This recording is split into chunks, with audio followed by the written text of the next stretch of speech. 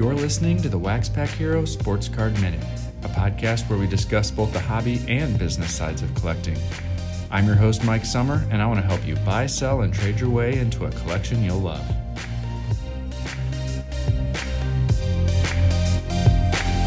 Hello, everybody, and welcome back to the show. I'm excited to bring you another interview today. Last fall, I had a chance to pre-screen a copy of a brand new book, and that book is called The Wax Pack. And it's called The Wax Pack because the author took a pack of 1986 Topps, opened it up, looked who was inside, and set out on a cross-country road trip to track down all 14 players. I really liked this book. I think it has a lot for us to learn both about baseball and about life.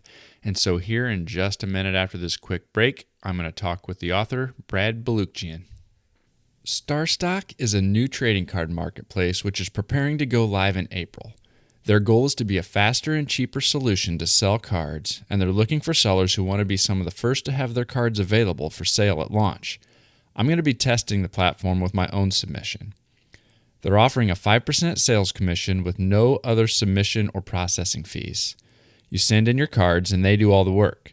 Cards are insured and stored in a vault, and you can have your cards shipped to you at any time. You'll be able to buy, store, or flip cards at the push of a button. If you're interested in learning more about getting involved as a seller and getting your cards onto the site for launch, contact Mike Kuchera via email at mike@starstock.com. They're looking for sellers who have rookie and prospect cards of current players for the major sports. For more details, contact Mike Kuchera at mike@starstock.com or go to www.starstock.com. All right, welcome back after that quick break. Well, a few years ago, Brad Balukjian embarked on quite a journey. He opened up a pack in 1986 Topps baseball cards and set out on a cross-country journey to track down each of those players. I had a chance to read a draft copy of this book last fall, and I loved it. Well, I'm excited to welcome Brad to the show. Welcome, Brad. Thanks a lot, Mike. Thanks for having me. No problem. The book starts out with you reflecting on your youth and opening some packs of baseball cards from your youth. And it talked about some of the players that you liked and what types of players stood out to you. And so, we'll get to that in a second. But I was curious, are cards a part of your life at all today? Not in any real active way. I don't really go and buy and still collect cards, but I will pull out the cards from my childhood sometimes, and it always makes me happy to kind of shuffle through them and reflect and just look at them again. At what point, as you kind of talked about going back and looking at some of the cards from your youth, at what point did the curiosity of what happened to some of those childhood heroes develop into the idea for the Wax Pack book? Right. I've always, I think a lot of us relate to the idea of the where are they now is an appealing motif in sports writing. I think a lot of us we wonder, these are the guys that were my heroes as a kid.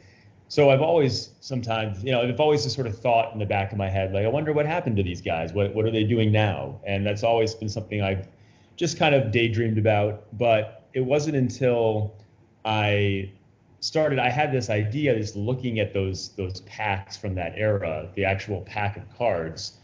To me, something sparked in my head, like, it looks a lot like a book. You have 15 cards in the pack, and a book has maybe 15 chapters. And that's where I got the idea that, this could be kind of a neat device to use for finding these guys. And I like the idea that, we all can remember, people that collected in that era, how exciting it was to not know what you were going to get.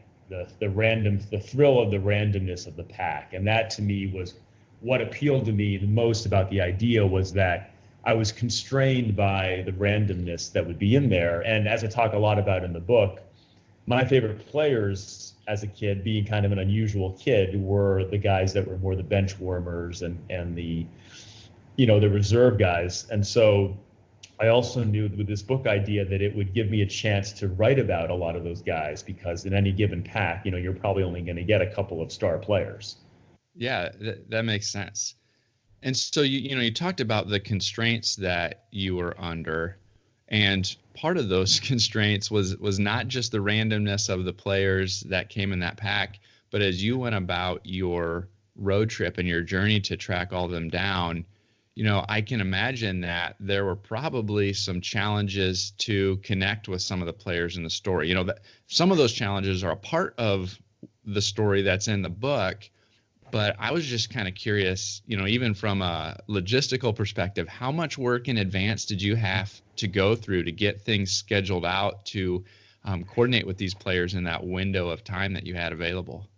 Yeah, the way I look at this book is, I'm in the book a lot myself, and I sort of see myself as the proxy for all the other people that grew up with cards in that era. Like I'm the eyes and the ears of people that would, I think a lot of us can relate to the thrill of doing this kind of journey. And what I want readers to know is that I didn't have any special connections. I'm a biology professor. I'm a journalist that usually writes about science. So I didn't have any, connections in the sports writing world, which was both, in some ways a help and a hindrance. And in terms of starting out, I had to kind of just go in from scratch and go into almost stalker mode to find these guys, because it was a matter of doing a lot of research online, looking at public records to try to find their addresses and phone numbers. And then at some point, with a lot of them, it's just about making that cold call, where you're just a stranger on the phone, and you're calling Gary Templeton, and you've got 6 seconds to convince him that you're not crazy, right? And that he should actually listen to you and give you his time. And so that was pretty nerve-wracking.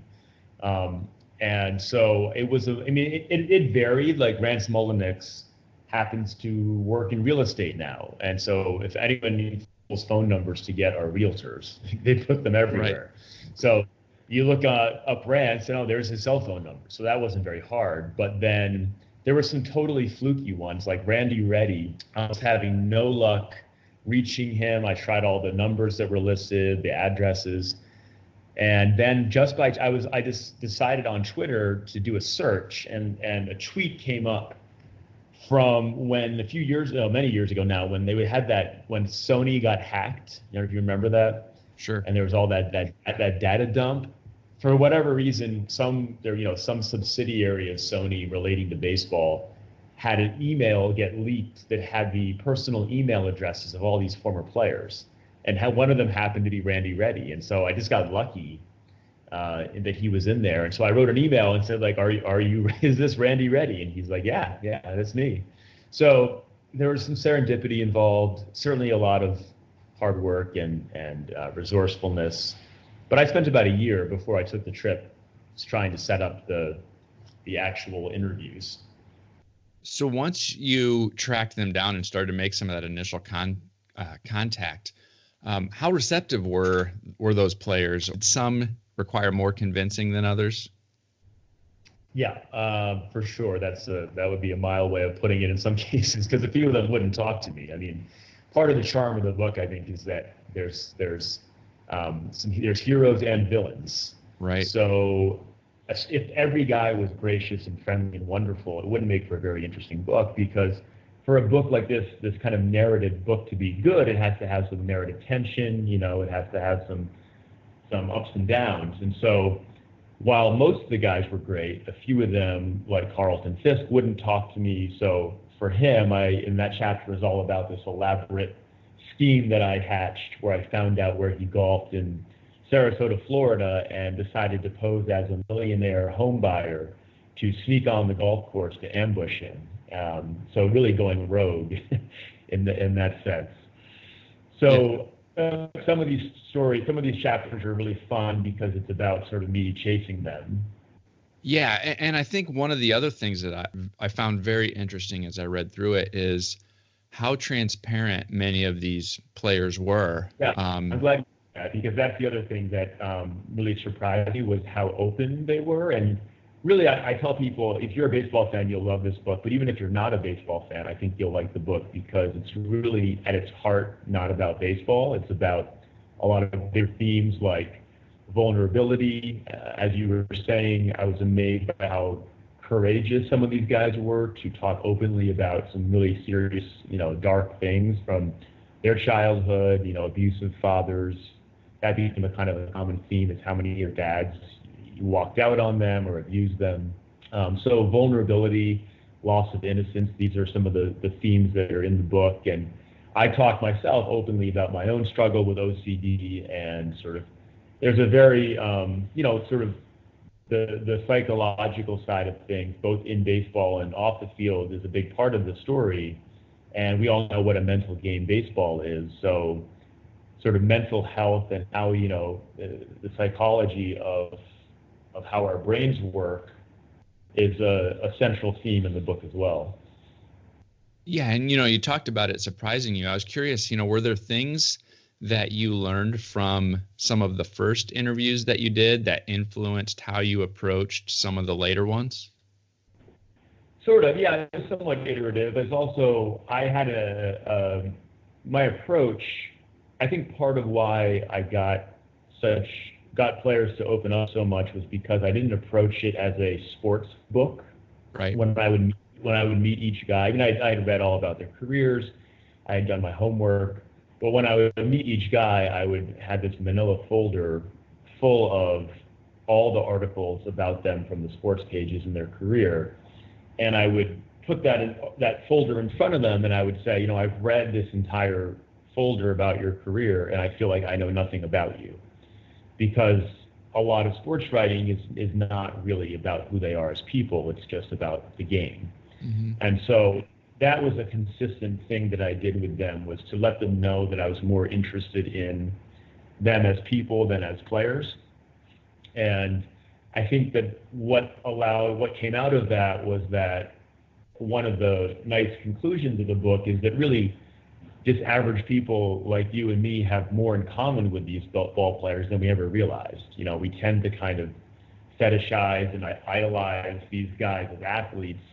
And yeah, they had a remarkable talent that we didn't have. But beyond that, they deal with the same stuff that we do. Everyone's got some issue, right? Everyone's got something.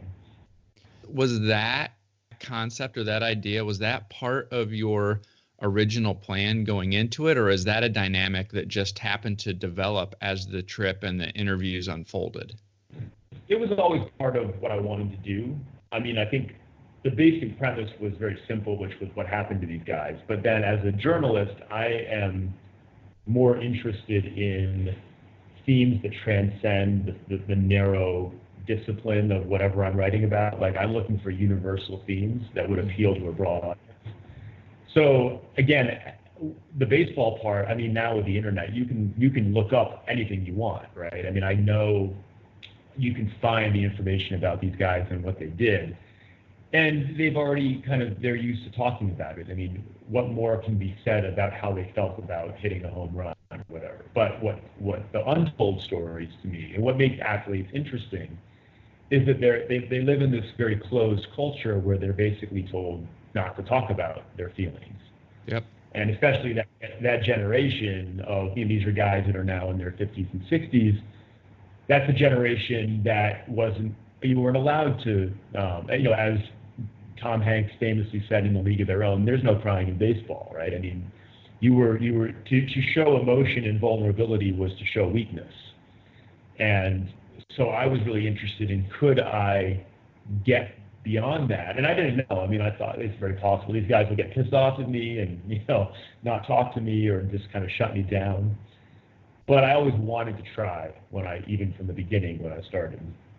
Yeah, I just loved seeing how the dynamics of each of those players that you talked to, they each had their own successes and failures and relationships and family dynamics that, like you said, mirror many of the same things that we deal with too. And so seeing that laid out and seeing those conversations take place was one of the things for me that really made it a meaningful book, and a meaningful read, and like you said, transcended the baseball itself. That was great. And you've also, in some of your tweets and messages that you've put out, you've talked about how much of a journey this has been for you as well. I think this started in 2014, 2015, something around there, if I'm not mistaken. And what has this journey taught you about just that effort to go about getting it put together and then getting it published and out there for all of us to be able to read? Yeah, I'm glad you asked that, because it is very personal, and part of my motivation for tweeting and all that really is to help people, help people who are also have their passion project or their dream of writing a book, because I know how hard it is. And for me, it was from beginning to end a 6-year process, and it was really hard to go through try to get a publisher, to deal with all the rejection. I think right from the beginning, I knew this book would be challenging to get published for 2 reasons. One, that I was a no-name. I don't have a giant platform, and I was told by many of the big publishers, sorry, we like your writing and the idea, but we're not going to publish it. We can't offer you a deal because you don't have a giant following on Twitter or Instagram or whatever, which was really frustrating, because I felt like there's nothing I can do about that. I mean, I think the material is good, the content is good, but I'm basically not famous. So, how does anybody break in to that industry that is so risk averse, when they're not willing to take a chance? Sure. So that was one challenge. The other challenge was, as we're talking about how the book is a little bit, it's sort of beyond baseball, I also knew that would make it hard to get published, because most sports books are about a particular player or a team, and they stay, pretty straight on the sport. And what I was trying to do was this sort of ambitious project of combining memoir with baseball, with road trip and travel and history. So it really is a cross-genre kind of book, which makes it really hard to pull off. And so I knew that would be a challenge. But I do hope that people, and I've tried to share specific advice online about how to approach book publishing and how to persevere. And so it really is, if you want it enough and you are driven enough and believe in your ability, and if you have something that's good, you can still make it work. It's just a lot of patience and time that it takes to get there. Definitely. That's definitely the case. In the book, you talked a little bit about, there's both the story of the road trip itself and all of the players' stories that you went through, but there's a good portion of the book that is also about self-discovery from yourself. Yeah. and you being transparent and processing through relationships and the other things that you've dealt with in your life, from childhood through your adulthood. I was just curious, were there have there been other things since then that this process has helped you continue to learn about yourself? Mm-hmm. I mean, nothing dramatic, and my life hasn't changed that much since I took the trip in 2015. I'm still large. My life has remained pretty much the same. But as you were saying, I mean, the book is very much an exploration of my own challenges and things that I think a lot of us go through. And I use one of the setups in the book is that, when I took the trip, I was 34, mid-30s, single, not married, no kids, and all my friends around me are doing all that, and I thought I would be doing that by then. Yeah. And kind of at a crossroads of where do I go next, and that's a lot of what I think about in the book. And I like the parallel with the players, because when they retired, they were about that same age at a crossroads, no longer able to play baseball anymore, and sort of what do they do next. So I looked at it as a chance to learn from them. And as you'll see in the book, a lot of them, when they retired, there were divorces, there was, having to quit alcohol, there were, a lot of different sort of demons to deal with. But one of the things that I got out of it that has continued to help me to this day is seeing how the phrase I like to use is baseball players are accidental Buddhists, in that they get it without even necessarily realizing they're getting it. That the key to success in baseball and in life is staying in the present moment, right? Because we know that in baseball you're going to fail more than you succeed, and if you don't let that go, if you dwell in the past, you're not going to make it. And if you put too much pressure on yourself for the future, you're not going to make it. So I think, and the way I live my life is really to try to live in the present and to, what's right in front of me as much as possible, and to let go of expectations and, thinking too much either in the future or the past. And that was something that I had explored through dealing with my own OCD, which I talk about a lot in the book, but also learning that from the players and talking to them. Very cool. So I hate to ask this next question, but at the same time, I want to know, because we're not even at launch date yet. But I was just curious, what's next? Are there other projects that you've got in the works that you're going to be working towards?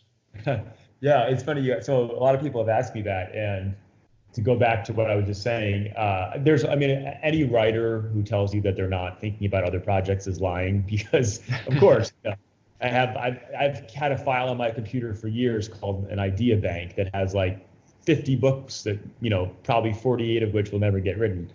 It's just fun to think of ideas, and they're not really, the ideas I have are not so much with baseball or sports, because again, I'm a scientist and I have a background in studying in biology. So I think whatever I try to do in the future, it will be the same approach, in the sense that I really like digging into a topic and being part of the story myself, because I think that kind of writing is just more interesting, and really diving deep and kind of being in the story myself. But I'm trying really hard not to, back to the whole living in the present, not to get ahead over my skis. And because this is my first book, I'm just kind of a nerd for the process. I really enjoy, I'm the guy probably driving my publisher crazy, asking about like, well, how does this work? And how do you design this? And when, and the whole thing is just fascinating to me. I'm sure that wears off when you do other books, but as a first time, everything is new. So I'm just sort of like really, and I'm very aware that this is, the first time is always unique and special. So I'm really trying to stay in the present about how that, how this goes, and just enjoy it while it lasts, because it's not going to last. It's just going to be a short period, and then, you move on. So. Well, part of that process is a book tour that you're going to be doing, I believe, right at launch, beginning in April for several weeks. As that tour gets started, how can people follow you, follow along, and find out where you're going to be? What's the best way for people to be in touch with you and to follow along? Yeah, and I want to thank you, Mike, for you're active on Twitter.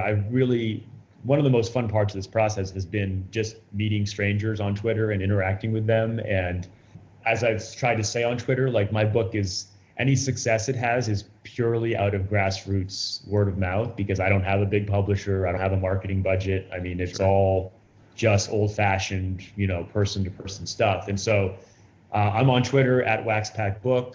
My website is WaxPackBook.com. You can actually get the book. This is really weird to me. I still don't understand it, but even though the book comes out April 1st, people are already, I guess it's already shipping. So get it before it's like, the funniest thing to me is when I go on Amazon and I see like used copies available, and I'm like, the book doesn't come out for more than 3 weeks and there's still used copies out there now. So, and then if you go to my WaxPackBook.com and click on the tour, you'll see that I have a tour lined up. I live out in Oakland, California, so I'll be doing a California tour in April. And then in May, I'll be driving from Rhode Island, where I'm originally from, to Oklahoma City and back on a giant loop that will probably exhaust me and have me crawling to the finish line. But I can't wait. Going to bookstores, going to minor league baseball games. I just want to meet people who, sign books, talk to people, share that enthusiasm. So hopefully people will come out. Yeah, I took a look at the list of stops, and it looks like a pretty jam-packed, 6-week period or whatever, or beginning there in April. So that's going to be great. I think people are really going to enjoy the book as they get a chance to get it in their hands and read through it. And so, I have a question for you, Mike. sure. What was your favorite chapter in the book? My favorite chapter, I think I really liked the chapter about trying to track down Fisk. Yeah. Like you talked about, the going rogue and trying to work your way in there, and then subsequently having a chance to see him, although maybe not get the material from him that you were looking for. I enjoyed that process as well. That was one of my favorites. But overall, like I had said before, the thing I enjoyed the most was the book for me. It really kind of brought the fact that these people are people, like we said, are on pedestals, or we might put on a pedestal. But as you dig into their stories, you learn that their stories and our stories are closer than many people think. Right. Exactly. Right. Which is like, I think it's fun because it's either, you can look at that as either they're not nearly as special as we think, or we're a lot more special than we realize. Right. It's sort of like, again, evening that, and that's the idea of like heroism is interesting to me. When you're a kid and you have heroes that are athletes, it's a very black and white thing, and they're these larger than life characters. But when I finished the book, these guys were still my heroes, but for entirely different reasons. Yeah. That had a lot more to do with, or how you define their heroism and their greatness is not about home runs and strikeouts. It's about courage and the willingness to be vulnerable, to be open. It's a whole different way of looking at it. I also really enjoyed the very beginning and the very end, the story of the workers in Pennsylvania at the Topps factory, and how you open with that, but also talked about the last days of manufacturing there. That was something, as a card fan as well, that was something that I also found impactful. Yeah, and I actually, when I was setting up the tour, I was like, I have to go to Scranton, next to Duryea, Pennsylvania, to see those people again. Like, I want to go there in person and hand them copies of the book, because they are, as you said, they are the people that actually made the cards. And as you'll see in the book, the camaraderie, one of the things that, Rance Mullinick said was, if you gave me a choice between going back in time and going 4 for 4, or just going back in time and hanging out with Jesse Barfield and Lloyd Mosby and Tony Fernandez, he would take the latter every time. And so again, what sticks with these guys is not their statistics, it's the people, the human relationships, and the way that the people that work in the Topps factory described their time there is the same thing, right? The things that they remember so fondly are the relationships that they had working at Topps. And the common theme or through line is baseball. So baseball, I say in the book that the beauty of baseball is it's a setting to build relationships. It's a sport that by its very slow nature, provides the space and time for people to build relationships, and that can look many different. There's many ways that happens. And that's kind of, I think, the beauty of it. I agree. Well, thank you again for taking a few minutes to chat today. I encourage everybody to get out there, get a copy of the book, check out the tour schedule, and find out where Brad's going to be. And if he's close, I would definitely recommend getting over there to say hi. But thanks again, Brad. Yeah, thanks, Mike. Thanks for having me. You're welcome. Well, if you'd like to check out the book and support the show at the same time, I would ask that you use the link to Amazon that's in the show notes, or you can also check out the book review that I wrote up at WaxPackHero.com and use the link inside that article as well. I would really appreciate it, and so would Brad. And last but not least, I want to give a shout out to Anthony S. Corona and Doing What I Do, who both left 5-star reviews on Apple Podcasts this week. I really appreciate it, and thanks for helping spread the word. Thanks again for tuning in, and I will catch you next time.